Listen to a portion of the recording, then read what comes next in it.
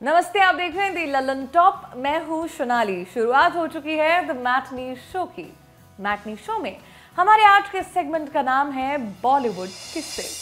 अगस्त 2001 आमिर खान की path breaking film लगान 2 महीने बाद भी हिंदुस्तान के कई सिनेमाघरों में चल रही थी। अभी एक हिट हटी नहीं थी कि आमिर खान की एक और फिल्म रिलीज हुई।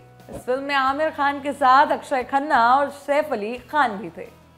3 दोस्तों की कहानी, नाम दिल चाहता है।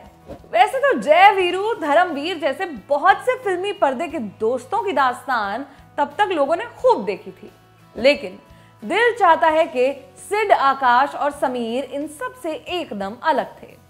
वे कहीं से फिल्मी नहीं लगते थे। हाँ, वो थोड़े विदेशी और काफी ज्यादा पॉश जरूर लगते थे, लेकिन फिल्मी नहीं। दिल चाहता है उस वक्त के यूथ के बीच जबरदस्त पॉपुलर हुई। इस फिल्म के बाद से आज तक हर साल देश भर से ना जाने कितने यारों की टोलियां गोवा जाती हैं अपना दिल चाहता है मोमेंट एक्सप्लोर करने। 10 अगस्त 2021 को दिल चाहता है कि 20 साल पूरे होने की तारीख है। आज भी आपको आमिर खान की वो एक बार में मछली गप्प करने वाली टेक्निक और समीर का हाँ, मैं, मगर, वो, सुनो तो वाले अनेकों सीन याद होंगे। तो आज इन यादों को एक बार फिर रिफ्रेश करते हैं और आपको फिल्म से जुड़े कुछ मजेदार सुने अनसुने कम सुने किस्से सुनाते हैं।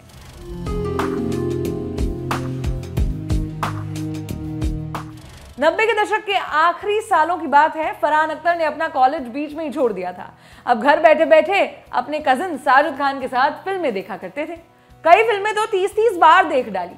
रोज फरहान को बिना कोई काम धंधे के सिर्फ फिल्म खोरी करते देख फरहान की मां ने तंग आकर उन्हें अल्टीमेटम दे दिया कि जल्द से जल्द वो कोई काम धंधा तलाश लें, वरना उन्हें घर से निकाल दिया जाएगा। मम्मी की वार्निंग के बाद फरहान टेंशन में तो आ गए थे। सोचा अब तो कुछ करना ही पड़ेगा। दिमाग में स्क्रिप्ट लिखने का ख्याल आया। स्क्रिप्ट लिखी और अपने मम्मी पापा को लाकर दिखा दी। दोनों को स्क्रिप्ट का बेसिक आइडिया पसंद आया। उन्होंने कहा स्क्रिप्ट में कुछ बदलाव जरूर करने होंगे, बाकी ठीक है। लेकिन जब फरहान ने विचार किया तो पाया कि उनकी स्क्रिप्ट की कहानी आज तक बनी हजारों लव स्टोरीज जैसी ही थी। कुछ अलग नहीं था। फरहान स्टोरी में अब नए किरदार जोड़ने लगे। फरहान जब भी रोमांटिक फिल्में देखते थे तो सोचा करते थे कि फिल्म में जो हीरो के दोस्त दिखाए जाते हैं वो इंटरवल आने तक कहाँ गायब हो जाते हैं। इसी सोच को पानी देते हुए फरहान अब इस लव स्टोरी में अपने दोस्तों यारों के किस्से मिलाने लगे। कुछ साल पहले वो अपने दोस्तों के साथ गोवा और न्यूयॉर्क होकर आए थे। तब फरहान के साथ उनकी डायरी हमेशा रहती थी, जिस पर वो अपना सफरनामा लिखा करते थे। फरहान ने अपनी इस डायरी के किस्से और कांडों को स्क्रिप्ट में तब्दील करना शुरू कर दिया। स्क्रिप्ट में आकाश शालिनी की लव स्टोरी वाले पार्ट को बेहतर डेप्थ देने में फरहान के दोस्त कासिम जगमगिया ने उनकी मदद की। स्क्रिप्ट कंप्लीट हुई। फरहान ने इस कहानी का नाम रखा हम 3। चूंकि फरहान इंग्लिश में सोचते हैं, इसलिए फरहान ने स्क्रिप्ट इंग्लिश में लिखी थी, जिस वजह से उन्हें और 2 महीने लगे स्क्रिप्ट को हिंदी में ट्रांसलेट करने में। कहानी के तीनों मुख्य किरदारों में ज्यादातर फरहान के ही अंश थे। फरहान बताते हैं कि वो अपने कॉलेज के दौरान समीर जैसे थे और उसी तरह बार बार प्यार में पड़ते रहते थे। दिल चाहता है लिखने का पहला अंकुर फरहान के दिमाग में शेक्सपियर का प्ले मच अडू नथिंग पढ़ने के बाद फूटा था।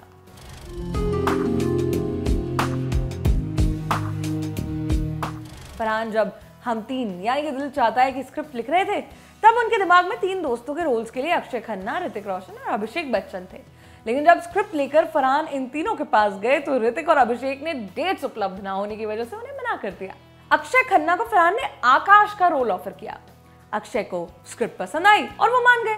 अब फरहान सिड के रोल के लिए पहुंचे आमिर खान को स्क्रिप्ट सुनाने, लेकिन आमिर ने 6 महीने तक कोई डेट्स ना होने का हवाला दिया और टरका दिया। इससे पहले आमिर फरहान से कभी मिले नहीं थे, लेकिन बातचीत के दौरान उन्हें एहसास हुआ था कि फरहान जावेद अख्तर के बेटे हैं। आमिर को लग रहा था कि फरहान अब घर जाकर जावेद साहब को सिफारिश का फोन लगाने के लिए कहेंगे। लेकिन जब 1 हफ्ते तक भी आमिर के पास जावेद साहब का फोन नहीं आया तो आमिर समझ गए कि फरहान ने अब तक के बाद जावेद साहब को नहीं बताई है। फरहान का ये इंडिपेंडेंट जेस्चर आमिर को पसंद आया और उन्होंने फरहान को फोन करके स्क्रिप्ट सुनाने के लिए बुला लिया। फरहान आमिर के यहाँ पहुंचे और स्क्रिप्ट सुना दी। आमिर को स्क्रिप्ट बहुत पसंद आई, लेकिन वो सिड का सीरियस रोल नहीं करना चाहते थे। आमिर ने कहा ऐसे किरदार वो सरफरोश, लगान जैसी फिल्मों में कर चुके हैं। वो आकाश का रोल करना चाहते हैं। अब फरहान आकाश के रोल के लिए तो पहले ही अक्षय को बुक कर चुके थे, मगर आमिर ने भी साफ कर दिया कि वो फिल्म में आकाश का ही रोल करेंगे। अब आमिर नहीं माने तो फरहान अक्षय खन्ना को मनाने चल दिए। फरहान ने जब आमिर की शर्त अक्षय को बताई तो उन्होंने कहा उन्हें तो सिर्फ इस फिल्म का हिस्सा बनना है, फिर चाहे उन्हें कोई सा भी रोल मिले। फरहान को अब थोड़ा सुकून आया। अब बस समीर के किरदार की कास्टिंग बाकी थी। इस रोल के लिए फिल्म की कास्टिंग डायरेक्टर और फरहान की बहन जोया अख्तर ने सैफ अली खान का नाम सजेस्ट किया। सैफ ने पहले तो साफ मना कर दिया, लेकिन बाद में डिंपल कपाड़िया के कहने पर रोल एक्सेप्ट कर लिया और ऐसे बने आमिर सुप्रीमली एक्सट्रोवर्ट आकाश, अक्षय इंट्रोवर्ट सिद्धार्थ और सैफ इन दोनों का ही मिक्सचर एम्बीवर्ट समीर।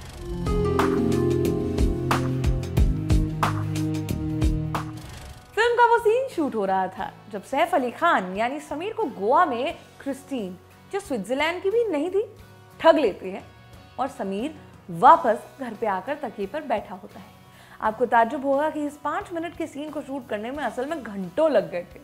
हुआ ये था कि इस सीन के दौरान जो शख्स क्लैप देने आते थे वो अलग एक्सेंट होने के कारण क्लैप को क्लैप बोलते थे। ये सुनकर सैफ का कंसंट्रेशन भंग हो जाता था और वो जोर जोर से हंसने लगते। कई बार तो इतना जोर से हंसे कि आंसू निकल आए। इनको हंसता देख आमिर और अक्षय को भी हंसी आने लगती। बार बार सीन कट करके परेशान होकर फरहान ने क्लैप वाले शख्स से कहा कि वो क्लैप की जगह स्लेट बोले। एक बार फिर सीन की तैयारी हुई। वो भाई साहब आए और इस बार उन्होंने स्लैट कहा। अब तो क्या सैफ, क्या आमिर और क्या फरहान पूरा सेट ही हंसते हंसते लोटपोट हो गया। और क्या बताएं, इस किस्से को सुनाते सुनाते मेरी भी आंखें खुशी से नम हो गई हैं।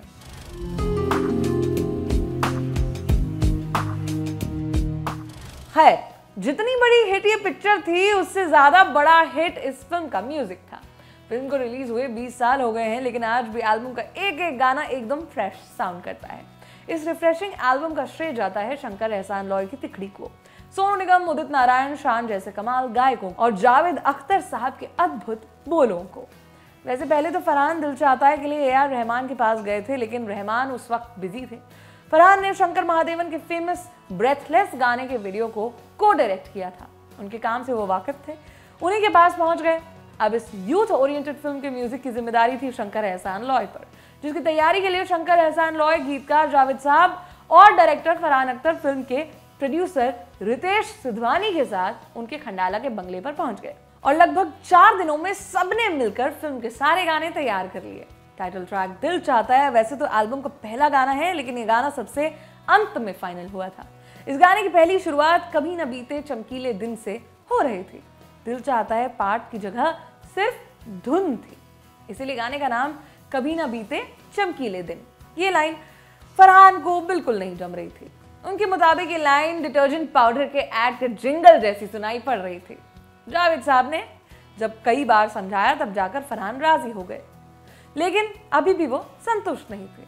इस रात के अगले दिन शंकर महादेवन ब्रश करते हुए चमकीले दिन के गीत की धुन भी गुनगुना रहे थे। तभी अचानक उन्हें आइडिया आया कि अरे इस धुन पर तो दिल चाहता है बहुत अच्छे से फिट हो रहा है।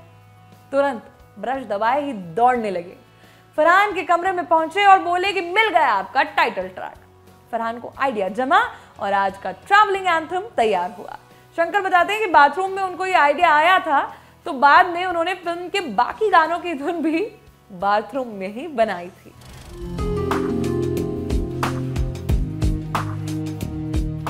दिल चाहता है कि ट्रेलर की रिलीज के बाद से इंडिया में फिल्म का बज़ बन गया था। फिल्म रिलीज होने से पहले बीजेपी नेता एल.के. आडवाणी के लिए फिल्म की स्पेशल स्क्रीनिंग भी रखी गई थी। दिल चाहता है देश के बड़े शहरों में तो खूब चली, लेकिन छोटे शहरों से फिल्म को वो रिस्पॉन्स नहीं मिला। इसकी वजह रही फिल्म की कहानी, जो असल में अर्बन इंडिया की थी। ये कहानी मुंबई के रहने वाले अमीर घरों के लड़कों की थी, जो बिना पैसों का हिसाब किताब किए मर्सिडीज में गोवा घूमने निकल जाते हैं। छोटे शहरों और गाँव के युवा इस फिल्म से उतना कनेक्ट नहीं कर पाए जितना बड़े शहरों के लड़कों ने किया। फरहान ने जैसी दुनिया और फिल्में देखी वैसा ही फिल्म बनाई। फरहान ने इस बारे में बात करते हुए एक इंटरव्यू में कहा था, ज्यादातर हिंदी फिल्मों में चीजों को बहुत ज्यादा नाटकीय बना दिया जाता है, बड़े बड़े डायलॉग्स होते हैं। मैं ये सब नहीं चाहता था, इसलिए फिल्म में डायलॉग मैंने लिखे। मैं चाहता तो पापा से डायलॉग लिखवा सकता था, लेकिन मैं नहीं चाहता था कि मेरे किरदार एकदम शुद्ध हिंदी बोले। इसलिए मैंने डायलॉग उस हिंदी में लिखे जिस हिंदी को मैं जानता हूं, जिसमें बहुत सारी इंग्लिश होती है।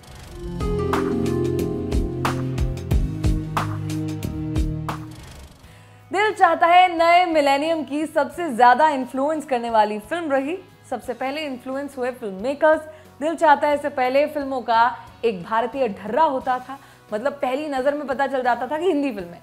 फरहान ने लम्हे और हिमालय पुत्र जैसी हिंदी फिल्मों में बतौर असिस्टेंट डायरेक्टर काम किया था, लेकिन यूरोपियन फिल्मों का इन्फ्लुएंस उन पर साफ था, जिस वजह से दिल चाहता है का ट्रीटमेंट बिल्कुल वैसा ही रहा जैसा किसी हॉलीवुड फिल्म का रहता है, जो कि उस वक्त इंडियन ऑडियंस के लिए बेहद फ्रेश था। लिहाजा उसके बाद ज्यादातर फिल्में इसी पैटर्न पर बनने लगी, जब तक अनुराग कश्यप ने आकर देसी को कूल नहीं बनाया। फिल्म मेकर्स पर इस फिल्म के पैटर्न का प्रभाव पड़ा तो जनता और खासतौर से यूथ के बीच आमिर खान की गोटी बहुत हिट हुई। ज्यादातर लड़के ठुड्डी के ऊपर उन्हीं की तरह की प्ले बटन बनवाए घूम रहे थे। अंदाज क्यों हो पुराना गाने में आमिर लेदर पैंट के ऊपर एक बड़े से बकल वाली बेल्ट पहनते हैं। उस वक्त बड़ी बड़ी बकल वाली बेल्ट्स का ट्रेंड भी यहीं से शुरू हुआ था। दिल चाहता है का इम्पैक्ट गोवा टूरिज्म पर भी खूब दिखा, इतना कि आज भी गोवा के चोपड़ा फोर्ट को ज्यादातर लोग दिल चाहता है वाला फोर्ट के नाम से ही बुलाते हैं।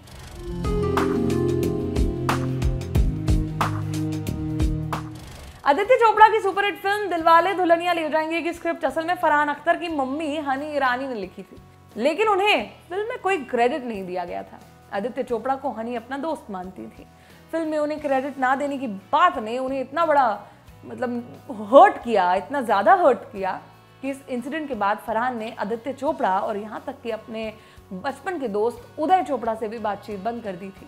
दिल चाहता है देखने के बाद कई लोगों ने कहा कि फिल्म में जो आकाश और सिद्धार्थ के बीच लड़ाई दिखाई गई वो असल में उदय और फरहान के झगड़े से इंस्पायर्ड थी, लेकिन फरहान ने ऐसी सभी अफवाहों को सिरे से नकार दिया।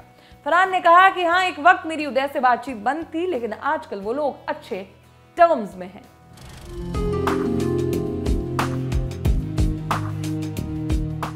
अब इतने किस्सों के बाद एक ट्रिविया भी आपको दिए देते हैं। फिल्म में तारा की डेथ के बाद सिड अंत में एक लड़की से मिलता है जिसकी शक्ल एक हद तक तारा यानी डिंपल कपाड़िया से मिलती है।